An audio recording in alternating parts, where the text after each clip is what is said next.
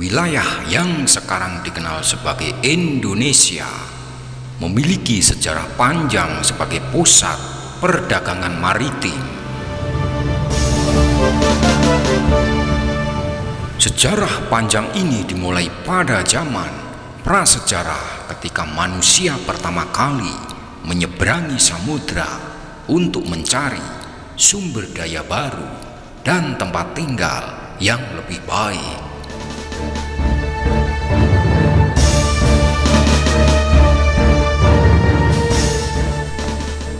Bukti sejarah menunjukkan bahwa nenek moyang Indonesia adalah pelaut tangguh yang memiliki kemampuan untuk menavigasi samudera dan menjelajahi perairan luas. Apa benar nenek moyangnya orang Indonesia adalah pelaut? Dari sejarah manusia kita tahu bahwa klaim itu adalah benar. Dan menurut saya, bangsa Indonesia pernah menjadi bangsa terhebat dan termaju di seluruh dunia.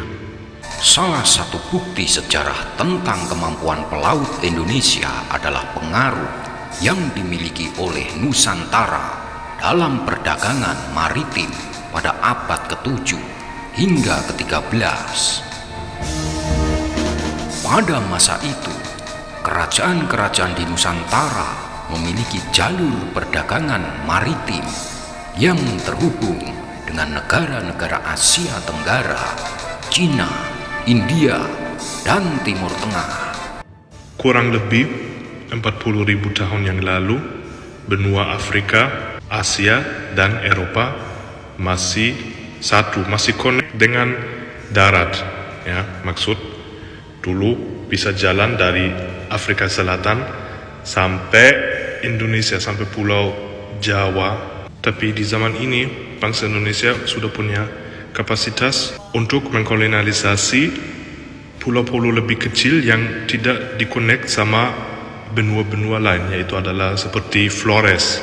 Dan bangsa Indonesia ini menjadi bangsa pertama untuk keluar dari benua Afrika, Eropa, Asia. Ya, mereka jadi bangsa pertama yang menuju ke Australia. Untuk datang di Australia, mereka harus menyeberangi ratusan kilometer lautan. Bangsa Indonesia menjadi bangsa pertama yang bisa konstruksi kapal laut untuk jarak jauh dan juga bisa navigasi di laut. Pelaut Indonesia pada masa itu dikenal sebagai ahli navigasi dan berani menaklukkan samudra yang luas. Bukti lain tentang kemampuan pelaut Indonesia adalah adanya keberadaan kapal-kapal tradisional seperti pinisi, jong, dan lancaran. Kapal-kapal tradisional ini masih digunakan oleh masyarakat Indonesia pada saat ini, terutama di daerah-daerah pesisir. Kapal-kapal tradisional ini dirancang khusus untuk bertahan di perairan yang berbahaya, seperti di tengah badai atau ombak besar. Kapal-kapal tradisional Indonesia juga memiliki kemampuan untuk mengarungi samudra yang luas, seperti saat dilakukan dalam perjalanan ziarah haji ke Mekah. Selain itu, Indonesia juga memiliki tradisi cerita rakyat yang berkaitan dengan keberanian pelaut. Cerita rakyat seperti legenda Bujang Ganong dan Nyai Roro Kidul yang mengisahkan tentang petualangan para pelaut dalam mencari harta karun di tengah laut merupakan bukti lain tentang kemampuan pelaut Indonesia. Secara ringkas, bukti sejarah menunjukkan bahwa nenek moyang Indonesia adalah pelaut yang tangguh.